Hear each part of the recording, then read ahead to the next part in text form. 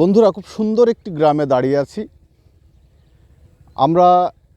ছোটোবেলা থেকেই বিভিন্ন টেলিভিশনের নাটকে, সিনেমায় বা সাংবাদিক ভাইয়েরা যখন বিভিন্ন ডকুমেন্টারি তৈরি করার জন্য গ্রামে এসেছে, তখন তারা বারবার বলেছে যে গ্রামের সহজ সরল মানুষ। এবং সিনেমায়ও আমরা এটি দেখেছি যে গ্রামের সহজ সরল মানুষ, তাদেরকে নানানভাবে কিন্তু মানুষ ঠকায়, এরকম অনেক চিত্র আমরা দেখেছি এবং পত্রিকায়ও আমরা দেখেছি। কিন্তু এখানে আমার দৃষ্টিভঙ্গি হলো এরকম যে বাংলাদেশের মোট যে জনগোষ্ঠী, এই জনগোষ্ঠী তো অধিকাংশ গ্রামে বসবাস করে। তা সেখানে আমার দৃষ্টিভঙ্গি অনুযায়ী এই গ্রামের প্রত্যেকটি গ্রামের 80% মানুষ হচ্ছে খুবই নোংরা এবং খুবই বেয়াদব শয়তান টাইপের মানুষ। এই গ্রামের মানুষদের আসলে দেখলে মনে হয় যে তারা গ্রামের যে লুঙ্গি পরে বাইসাইকেল চালিয়ে যাচ্ছে, বা গ্রামীণ যে সংস্কৃতি, সেই সংস্কৃতির পোশাক আশাক, খাবার দাবারকে তারা ধারণ করে তারা জীবনযাপন করছে। কিন্তু তাদের যে মানব চরিত্র, এই মানব চরিত্রটা কিন্তু খুবই নোংরা। এবং এই গ্রামে কার মেয়ে কীভাবে বেড়াচ্ছে, কোথায় কার সাথে প্রেম করছে, কোথায় বেরিয়ে গেল, কে কি করলো, এই খবরগুলো কিন্তু গ্রামের মানুষ জানতে কিন্তু খুব আগ্রহী।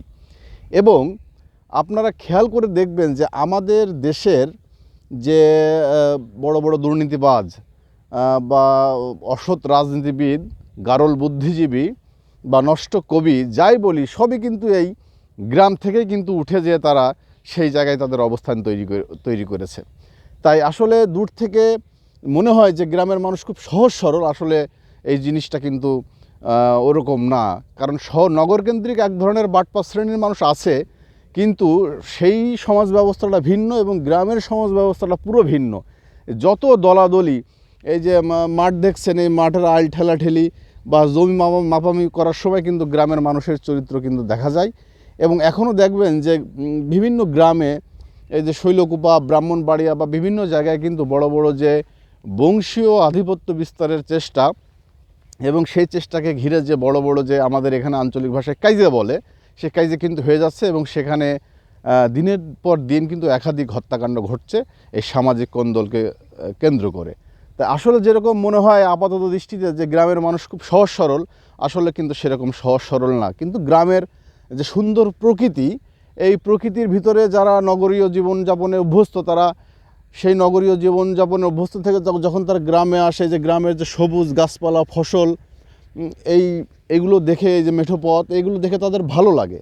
তা আসলেও সুন্দর প্রকৃতি, এবং এই প্রকৃতিতে কিন্তু একটি সুন্দর মানুষ কিন্তু গড়ে ওঠা সম্ভব। এখানে ধুলোবালি মুক্ত বাতাস পাওয়া যায়, এখানে আপনার যে ফ্রেশ খাবারগুলো পাওয়া যায়, এখানে বিলের মাছ পাওয়া যায়, মানে বিষমুক্ত অনেক খাবারই কিন্তু এখানে পাওয়া যায়।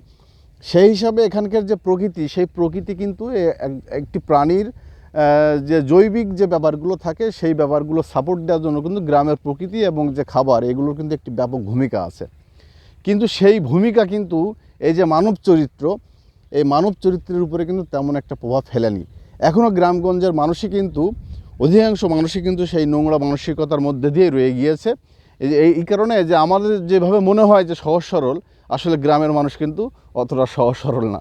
তো সবাইকে ধন্যবাদ, ভালো থাকবেন, আসসালামু আলাইকুম।